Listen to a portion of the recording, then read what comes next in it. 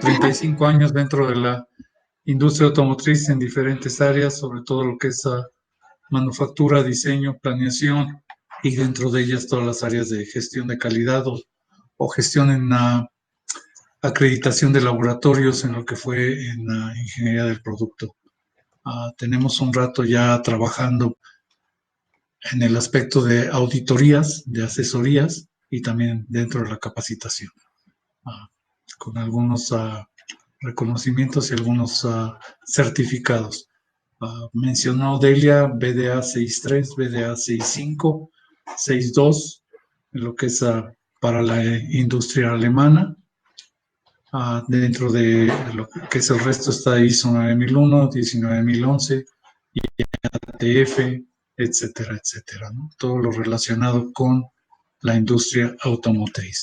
Sin más, vamos a entrar de lleno en lo que es el tema de ISO 9001 versión 2015, ¿sí? ¿Dónde y a qué horas nace esto? O el cambio, más bien, porque nació hace mucho tiempo, teníamos la versión 2008, y en junio del 2012 se genera o se inicia el proceso para hacer los cambios dentro de la norma.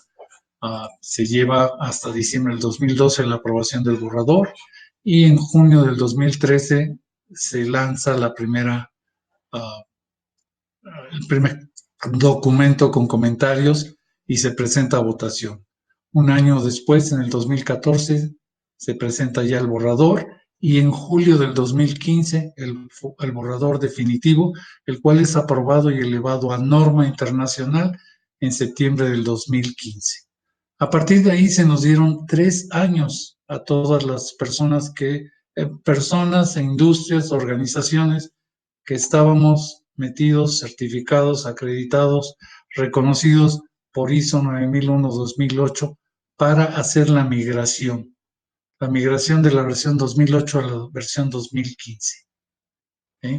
Esta entró ya en vigor en septiembre del año pasado, en el 2018, y a partir de ese momento todos los certificados con la versión anterior ya no fueron válidos.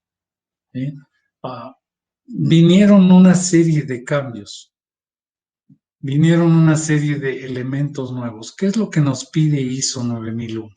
ISO 9001 nos pide cumplir con los requisitos del cliente, los requisitos legales y toda la reglamentación donde sea aplicable. ¿Qué es lo que nos lleva a hacer esto? Pues a crear oportunidades, pero al mismo tiempo a tratar riesgos dentro de esas oportunidades. Tenemos que cumplir con requisitos especificados. Todos estos están enfocados a un cliente. ¿Quién es ese cliente? Cualquiera de nosotros que tenga una industria que requiera cumplir con una especificación, ese es un cliente, ¿sí? Tenemos cuáles son las diferencias dentro de la estructura del 2008 al 2015. Para empezar, cambiamos de 8 elementos a 10. La versión 2008 hablaba de un objeto y campo de aplicación como primer elemento.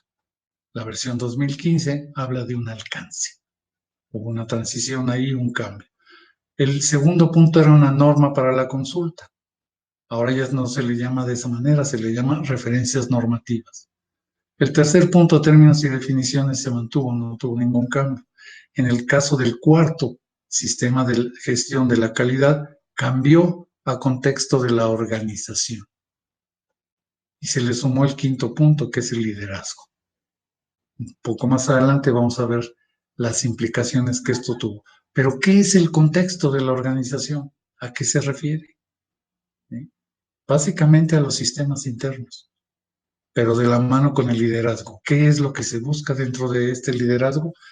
Que ya no tengamos un solo experto que represente a toda la organización. Necesitamos que el liderazgo esté involucrado. ¿Sí? Posteriormente, bueno, no posteriormente, el quinto punto que se tenía antes era la responsabilidad de la dirección. Es el quinto, el liderazgo. El sexto, la gestión de los recursos, ahora es planeación o planificación, pero va de la mano con el séptimo en el 2015, que es el soporte. La realización del producto viene como parte de las operaciones. Y después teníamos la medición, análisis y mejora, y ahora se ve en evaluación del desempeño y mejora. Cambiamos de 8 a 10 elementos. Concretamente, son 10 apartados, todos con un texto básico. ¿Y por qué un texto básico? Porque este texto se amplía, no solo se queda dentro de ISO 9001, sino se lleva a todo el resto de los sistemas de gestión.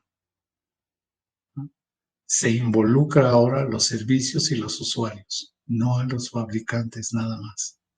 Tenemos que ver ahora también quiénes son nuestros clientes, qué requieren. Hay que entender que no todos somos iguales, por eso habla de un contexto de la organización. ¿Hasta dónde llega esa organización? ¿Cuál es el alcance? ¿Cuál es el objetivo, el propósito que ésta tiene? Y aproximar los procesos de una forma más clara, más concisa, más entendible para todo el mundo. ¿Por qué necesitamos hacer esto? Porque ahora necesitamos tomar decisiones basadas en evidencia que vamos a tener que presentar. No es algo nuevo, es algo que ya veníamos haciendo o que teníamos que hacer. ¿Qué es lo que hace concretamente un auditor cuando va a hacer una auditoría? Un auditor no va a cazar brujas, un auditor no va a ver qué nos encuentra, ¿sí? No va a escarbar en nuestros cajones ni en nuestros archivos. Un auditor concretamente va a verificar que hacemos lo que decimos que hacemos. ¿Por qué un auditor encuentra una no conformidad? Encuentra una no conformidad porque nosotros le proporcionamos la evidencia equivocada. Puede estar incompleta, puede estar errónea, puede ser un documento que no esté sellado, que no esté firmado, que no esté aprobado. ¿Y quién es el que lo proporciona? Pues la persona que está representando a la empresa. El auditor solicita, ¿sí? Entonces, hay que aproximarnos a los procesos y reforzarlos y hacerlos más explícitos. El concepto de acción preventiva que se aborda en este momento es mediante la identificación y mitigación de riesgos. ¿A qué se refiere esto? ¿Sí? Un poquito lo que les mencionaba yo. Vamos a trabajar sobre lo que conocemos. Vamos a elaborar la documentación que nos permita responder a las diferentes situaciones. Vamos a estructurar dentro de nuestra organización al personal que deba de interactuar en las diferentes situaciones. ¿Para qué? Para remediar y arreglar. ¿Sí? Ahora, viene otra cosa muy importante. Los términos de documento y registro se sustituyen por el de información documentada. Y aquí tenemos que ver dos puntos concretamente que a los mexicanos no nos gusta hacer. El primero es leer. No nos gusta leer. Ahora escaneamos los documentos hasta que encontramos una palabra que nos llama la atención o que se refiere al tema que más o menos andamos buscando. Sin embargo, no nos enteramos de toda la información que viene ahí. Tenemos que leer en cualquier trabajo, en cualquier posición que tengamos. Eso es el primero. Y el segundo es escribir. Tampoco nos gusta escribir. ¿Sí? Si no es un chat, si no es un mensaje, si no es dentro del Facebook, no nos gusta escribir. Sin embargo, tenemos que dejar descrito claramente para todo el mundo cuáles son los acuerdos que tomamos, cuáles son las modificaciones, cuáles son las desviaciones, por qué las tomamos y si fueron o no aprobadas. Debe de haber una evidencia clara de esto. Sin embargo, no nos gusta hacerlo. ¿Por qué debemos de hacer todo esto de leer y de escribir? Primero que nada, no somos eternos y no me refiero concretamente al boleto que todos tenemos comprado, que no sabemos qué día salimos. Me refiero concretamente a que todos queremos seguir creciendo, desarrollándonos. ¿Sí? Y al movernos a otra posición, tenemos que dejar claramente descrito para la persona que nos sustituya, ¿sí? ¿Cuáles son los acuerdos? ¿Cuáles son los permisos que tenemos? ¿Qué se nos ha aprobado? ¿En qué momento? ¿Y cómo? ¿Para qué? Para que puedan continuar haciéndose las cosas. Si yo cambio y mi contraparte cambia, ¿qué les va a pasar a las dos personas que lleguen? Van a tomar la estructura como está definida y van a empezar a discutir, porque no tienen la información previa. Entonces, información claramente documentada. Esto es uno de los ejemplos. El control de los productos y servicios externos ahora se le llama compra y subcontratación. ¿Por qué viene todo esto? ¿O de dónde nace este tipo de, o esta forma de expresarlos y de llamarlos? ¿Qué es lo que hemos venido haciendo dentro de las diferentes organizaciones? Hemos ido soltando parte del trabajo, los famosos outsourcings. Muchas organizaciones ya no tienen todos los departamentos que solían tener. Ya no generan los expertos internos. Se contratan por fuera. Entonces las organizaciones se reducen. Se le llama compra y subcontratación. Dentro de la industria y especialmente la industria automotriz, una de las áreas que se ha dejado de desarrollar es la de diseño. Y no es malo. Es positivo en el sentido de que la industria está reconociendo que los proveedores son los expertos, ¿sí?, para desarrollar los diferentes componentes. Ya no se tiene la cantidad de expertos internos que se tenía en los diferentes sistemas. Sigue habiendo expertos, sí. ¿Por qué? Porque tienen que analizar y evaluar las propuestas de un proveedor, pero los proveedores dueños de los diseños son los expertos ahora, ¿sí? La industria le está pidiendo a estas empresas que adapten sus componentes a su producto, ¿sí? Y esto va de la mano y muy pegado con la compra y subcontratación. Se ha hecho un mayor énfasis en la búsqueda de oportunidades de mejora. Ya las trabajábamos, las hemos trabajado toda la vida, la famosa mejora continua, pero nuevamente se nos olvida documentar las cosas. Ahora, dentro de los diferentes sistemas de gestión, nos los están pidiendo. ¿Qué nos pide ISO 9001 ahora? Pues las oportunidades de mejora. ¿Qué nos está pidiendo YATF? Documentar la mejora continua. ¿Qué nos pide BDA? Lo mismo, en diferentes formas. ¿Sí?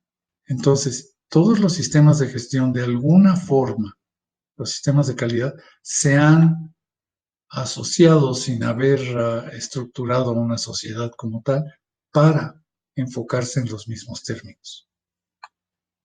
YATF. YATF tiene el doble de elementos de ISO 9001, versión 2015. Si ustedes no se han certificado en YATF ni en ISO 9001-2015, hagan primero ISO 9001-2015, tienen el 50% de la YATF. Y enfóquense en el otro 50%. Esa sería mi recomendación. Algo tarde porque ya deberían de estar certificados en este momento en ambos sistemas. Pero bueno, ¿qué es también lo nuevo que tiene YATF y sin embargo no se ha mencionado abiertamente? Tiene elementos del BDA 6.3, que es la auditoría de procesos. Abiertamente no se ha mencionado, no se ha publicado de esa forma, sin embargo ya están interactuando unas con otras. Entonces, hay que buscar un conocimiento más amplio de los diferentes sistemas. ISO 9001 es la base de la IATF 16949. Como les decía yo, ISO 9001 es el 50% de IATF. Muchos de los requisitos de la 16949 han sido reubicados en las diferentes secciones de ISO. No necesariamente con los mismos nombres, pero a final de cuentas con el mismo objetivo. Muchos de los antiguos requisitos que eran complementos ahora están integrados en los diferentes aspectos, en los diferentes puntos. ¿Sí? Se ha cambiado el énfasis en la gestión. Se introdujeron nuevos elementos. Se eliminaron otros. Esta es un poquito la lógica que se sigue dentro de 9001 y IATF. Hay un contexto de la organización y ese contexto se refiere a la organización interna, la que está recibiendo, y a la organización externa, la que está proveyendo. ¿Sí? Hay que analizar claramente cuáles son las partes que están involucradas, qué necesidades y expectativas son las que se establecen ahí. ¿Cómo lo vamos a hacer? A través de los requisitos del cliente, primero. Ese es el punto más importante. Los requisitos del cliente. Son los primeros que debemos de cumplir, pero no podemos dejar a un lado todos los requisitos legales, ni los reglamentarios. Y debemos de analizar cuáles son las capacidades de nuestros proveedores externos y qué es lo que el entorno nos demanda y nos requiere. ¿A quién afecta todo esto? Afecta a toda la cadena de suministro, desde el primer nivel hasta el último. ¿Quién es el responsable de hacer el seguimiento de todo esto? El primer nivel, el segundo nivel, el tercer nivel, etc. ¿Sí? En el pasado hablábamos de que la situación, el problema o el interesado principal era el primer nivel, el famoso Tier 1. Ese es el que tenía que contestar. Ahora no. Ahora ese tiene que transmitir al resto de la cadena cuáles son los requisitos, cuáles son los requerimientos, cuáles son las obligaciones con las cuales hay que cumplir. Hay nuevos manejos de las leyes a nivel mundial, con las cuales tenemos que cumplir y las cuales tenemos que aplicar. El responsable no es solo uno, aplica a toda la cadena de suministro. ¿Sí? Y por lo tanto, pues hay que ver cuál es el alcance del sistema de gestión de calidad. Lo mismo. Lo que le pidas a uno, le estás pidiendo a todos los demás que estén involucrados.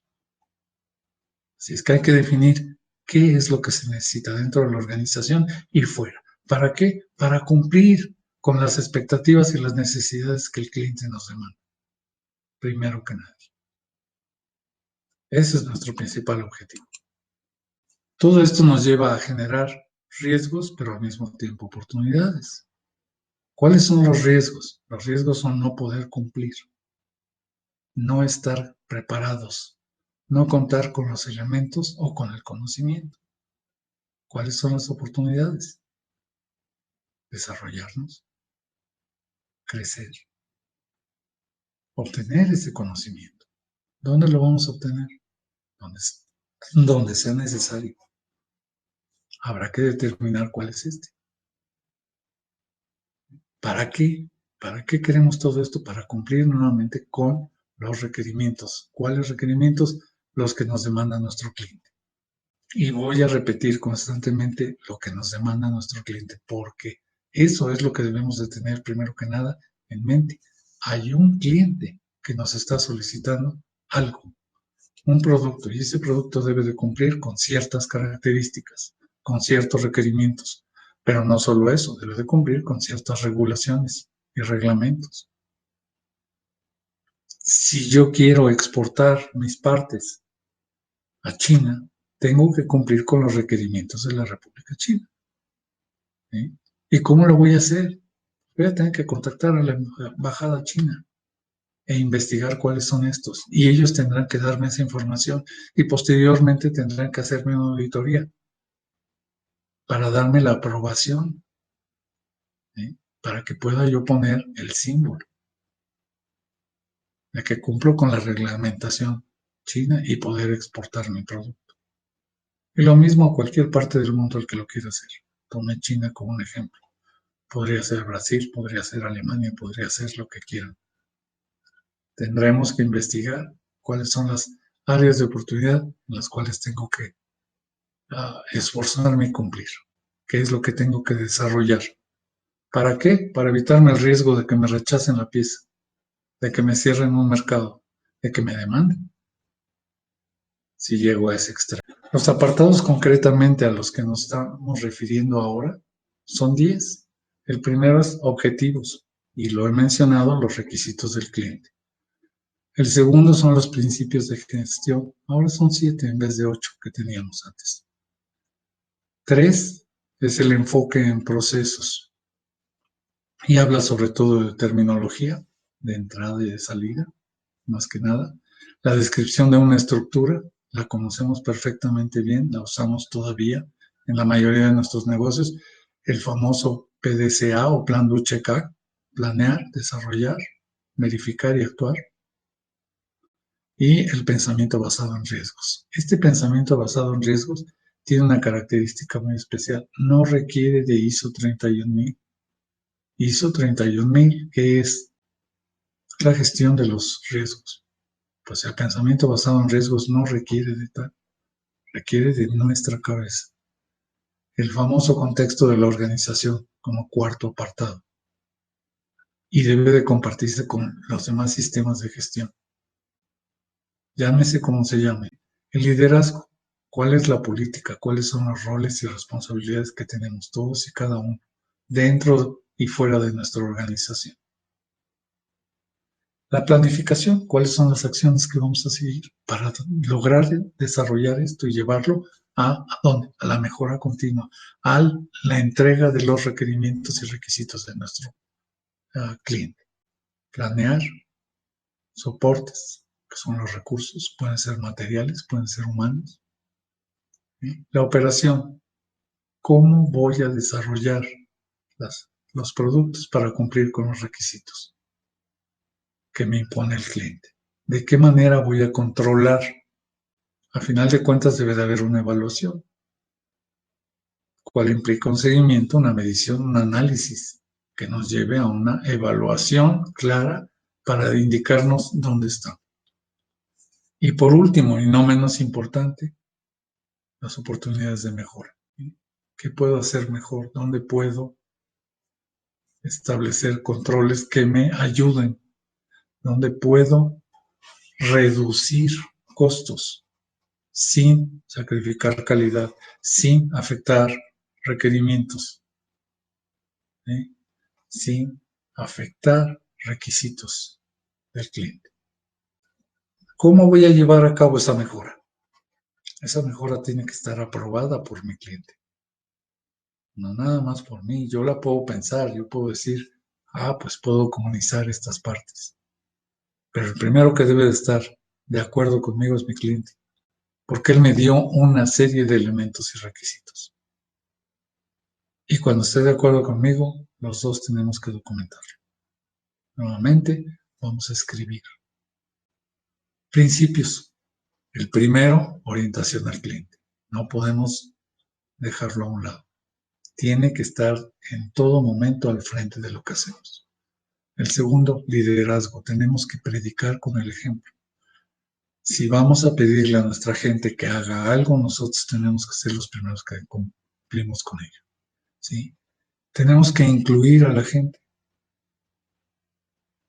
Ya no es nada más el petit comité, unos cuantos, los elegidos de los dioses, no. Es toda la organización. ¿Por qué? Porque a final de cuentas nos vamos a enfocar en los procesos y los procesos no los hacen unos cuantos elegidos, los hacemos todos. Y al enfocarnos todos en esos procesos, ¿qué es lo que estamos buscando? Una mejora. Esto nos va a llevar a tomar una decisión basada en hechos, en información, en conocimientos, en bases. ¿Sí? Y por último, a gestionar las relaciones. ¿Las relaciones con quién? Con nuestro medio ambiente, con nuestro cliente, con nuestro entorno, con las relaciones gubernamentales. El principio número 1, y he estado enfocado en él, es la orientación al cliente. Cumplir todos sus requisitos y esforzarnos por superar sus expectativas. No voy a seguir ahondando porque los voy a cansar. El siguiente principio es el liderazgo. Tiene que haber un alineamiento, un propósito y una dirección clara para todo el mundo, ¿sí? Las cuales todos estemos involucrados, desde la cabeza hasta el último elemento. ¿Qué es lo que tenemos que ver? Que el propósito, la dirección y la participación de la gente sea la misma. Que las estrategias y las políticas y los procesos vayan enfocados junto con los recursos. Viene la inclusión de las personas. Hablaba yo de que tenemos que incluir a todos, pero para incluir a todos tenemos que ver que la gente sea competente, que esté capacitada y que esté comprometida con nosotros, ¿sí? Ahora, la gente no llega 100% capacitada. Nosotros tenemos también que ver que se sigan capacitando.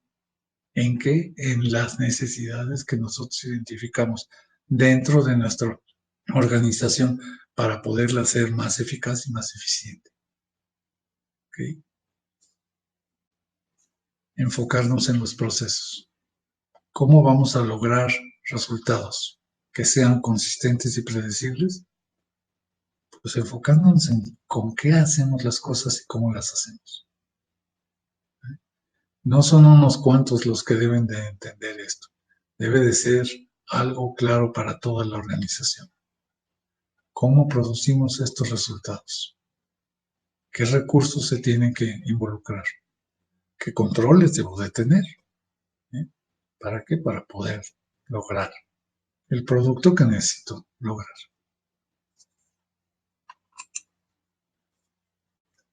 El quinto principio es la mejora. ¿Sí? Ya logré lo que necesito. ¿Ya cumplí? Sí, ya cumplí. ¿Ahí me detengo? No. Debo de buscar qué áreas me pueden beneficiar, qué cambios me pueden llegar a afectar y cómo los voy a resolver. Y esos cambios pueden ser condiciones internas o externas. Y eso me lleva a crear nuevas oportunidades. No puedo detenerme. Y aquí nuevamente, aquí hay que documentar. Documentar claramente lo que hacemos, por qué lo hacemos y cómo lo hacemos. ¿Sí? Viene ahora la toma de decisiones basada en hechos. ¿Por qué basadas en hechos? Porque es un análisis y una evaluación de datos que nos llevan a lograr un resultado. Una toma de decisiones puede ser compleja o puede ser muy sencilla.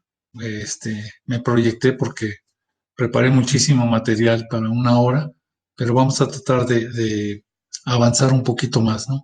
El séptimo principio viene siendo la gestión de relaciones. Esto es para lograr un desempeño y un éxito sostenible, ¿sí? Porque necesitamos que todas las partes estén involucradas, que las relaciones entre proveedores y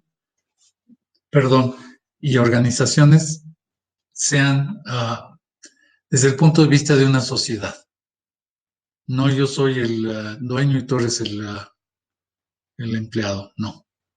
Somos una sociedad, yo requiero de tus servicios, pero requiero de tu experiencia, de tus conocimientos, entonces manejarlo de esa forma.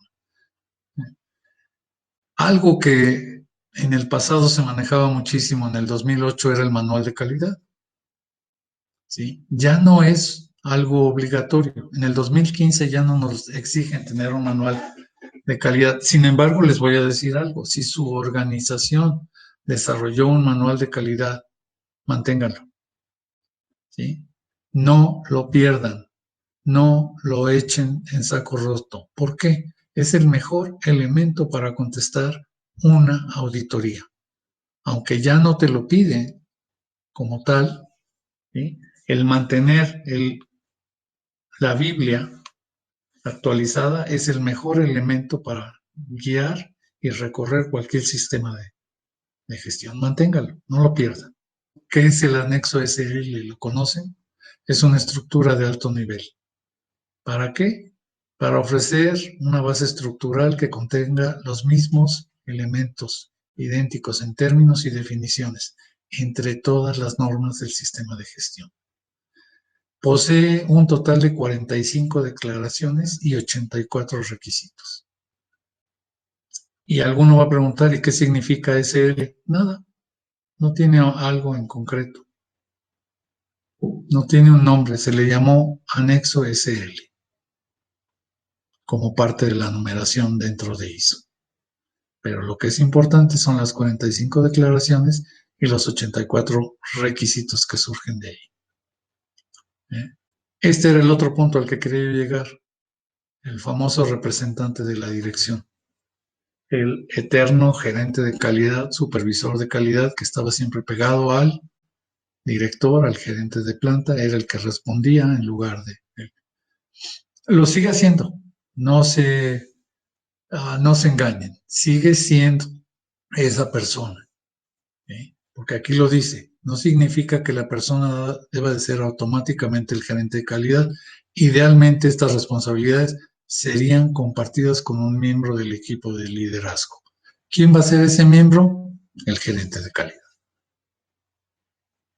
Es el que maneja toda esta información. Es el que maneja el sistema de gestión. ¿Para qué lo vas a cambiar? Es una organización o un pensamiento basado en riesgos, ¿sí? Las versiones antiguas del ISO, generalmente las personas y los equipos eran responsables de tratar de resolver los problemas y generar acciones preventivas. Ahora, ¿sí?, se busca que esté involucrado desde el liderazgo. Por eso hablamos de un pensamiento basado en riesgos. Sigue siendo calidad el que va a liderar el sistema de gestión, pero debe de estar involucrada toda la organización en la solución, ¿sí? Ya no es, pues, que calidad lo resuelva, es bronca de calidad. Nos marcaron la no conformidad y pues ellos la tienen que sacar, ¿no? Es todos. Debemos de adoptar ese pensamiento. ¿Por qué? Porque vamos a mejorar la confianza y la satisfacción del cliente. Vamos a garantizar la consistencia de nuestra calidad y vamos a establecer, si lo logramos hacer, una cultura proactiva de prevención. Y al lograr esto vamos a obtener una mejoría continua, dice aquí, una mejoría. Lo ideal sería que fuera continua. Dice aquí, el cumplimiento de los requisitos de la gestión de riesgos ISO 31000 no va a satisfacer los requisitos de la gestión de riesgos en la revisión. El sistema de gestión de riesgos definido en ISO 31000 no atiende a todos estos, ¿cómo se llama?, pensamientos basados en riesgo. Participa, sí, pero no tiene el mismo enfoque que tiene ISO 9001-2015 en lo que se refiere a la gestión de riesgos. Se busca identificar, se busca comprender y considerar su ambiente de negocios.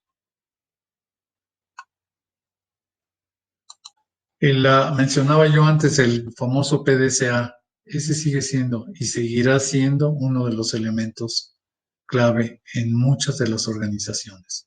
Está resaltado en la página 8 del proyecto de la norma internacional, ¿sí?, este ciclo, y se utiliza en muchísimas organizaciones. Si lo pueden utilizar, utilícenlo, planean, actúan, verifican, ¿sí?, corrigen. Es el ciclo. Tiene apoyos, tiene análisis, tiene mejora, tiene una planeación y sobre todo un control. Un montón de elementos adicionales. ¿Podemos resumir el nuevo enfoque para la acción preventiva en la revisión de ISO 9001? Sí. Uno de los objetivos principales en este sistema de gestión es su actuación con un recurso preventivo. El concepto de acción preventiva es un enfoque que está basado en un riesgo. ¿Por qué? Al tratar de prevenir algo, estoy corriendo un riesgo. ¿Qué tal si no lo logro? ¿Sí? Esto va muy de la mano con el AMEF. ¿Qué es el AMEF? La determinación de los riesgos. Al determinar los riesgos, ¿qué quiero hacer? ¿Sí? Encontrar las acciones que voy a tomar si se presentan esas situaciones. ¿Cómo lo voy a resolver? ¿Cómo lo voy a atacar? ¿Sí? AMEF y los planes de control son exigidos dentro de la norma. Son herramientas muy valiosas, pero no nos las exige la norma. Sin embargo, las organizaciones son libres de aplicar estas herramientas, ¿eh? Y mi opinión muy personal es, síganlas aplicando. Son herramientas muy valiosas para identificar áreas de riesgo. que a final de cuentas nos los pide el punto 6 de los requerimientos de la norma.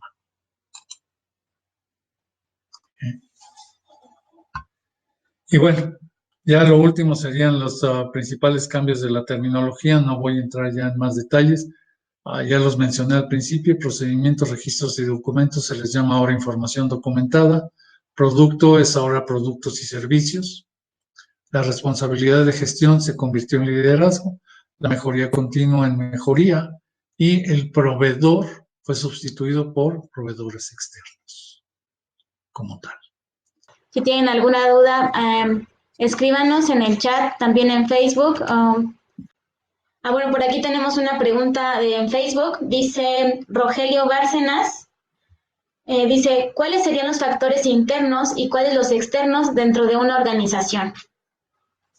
Factores internos son los requisitos de la organización para cumplir con sus diferentes elementos. Los factores externos es muy claro, ¿sí? Todas las especificaciones que te marque el cliente.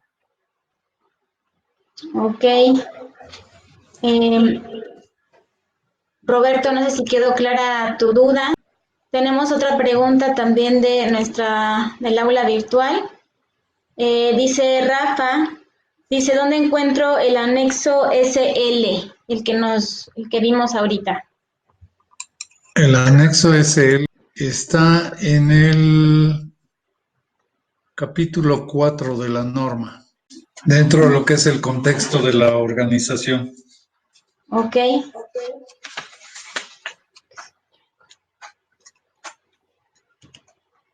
Por aquí también, Daniel, tenemos otra pregunta. Rocío Aguilar nos pregunta que si se puede levantar una no conformidad si alguna área de la organización no está en el sistema de gestión. Habría que analizar cuál es el área que no se encuentra dentro del sistema de gestión, porque como mencioné, una de las cosas que se ha venido haciendo en últimas fechas es subcontratar. Si esto está subcontratado, no es directamente parte de tu organización.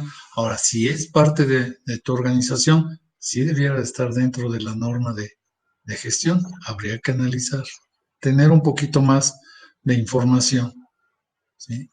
Si esa área de seguridad e higiene, dice Rocío, esa área de seguridad e higiene es interna, reporta directamente a la organización o, ok, dice que sí, sí pudiera tener una no conformidad. Habría que analizar al detalle la información, pero de entrada sí podría tener una no conformidad. Ok. Ahora es un departamento nuevo, bueno, pues hay que irlo integrando y hay que redactar cuáles son sus principios normativos para poder establecer qué es lo que va a hacer el auditor cuando llegue. El auditor te va a pedir la evidencia de lo que tú dices que haces. ¿Dónde está esa información que dices que haces? El departamento es nuevo, no existe como tal información. Eso es lo que estoy entendiendo. Entonces, lo primero que hay que generar es cuál es el objetivo y el propósito de ese departamento. Lo segundo, cuáles son las reglas que tiene que cumplir, cuáles son la documentación que debe de tener, elaborar, cumplir, presentar, revisar, ¿sí?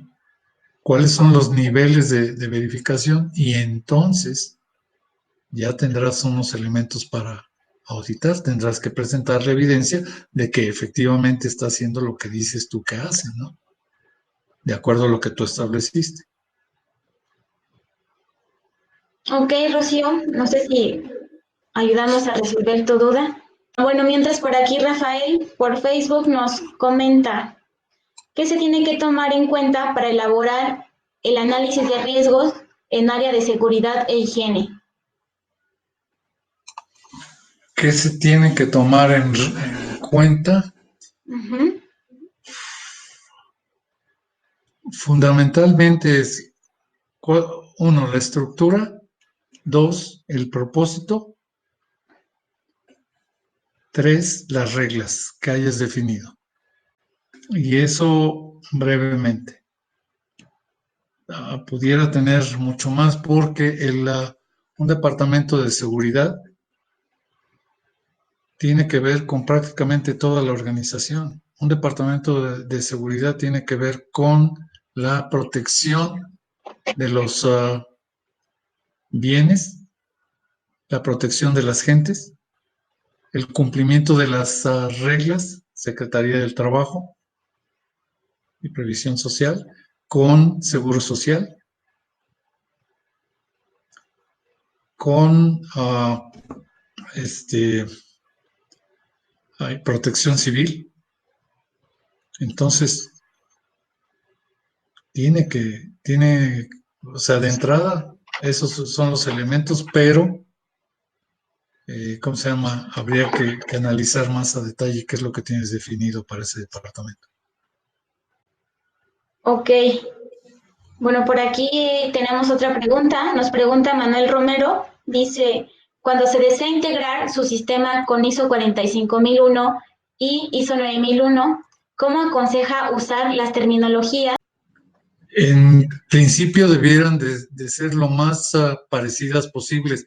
Lo dice dentro del anexo SL, que lo que se busca es que los textos de base sean idénticos en términos y definiciones comunes para todas las normas del sistema de gestión.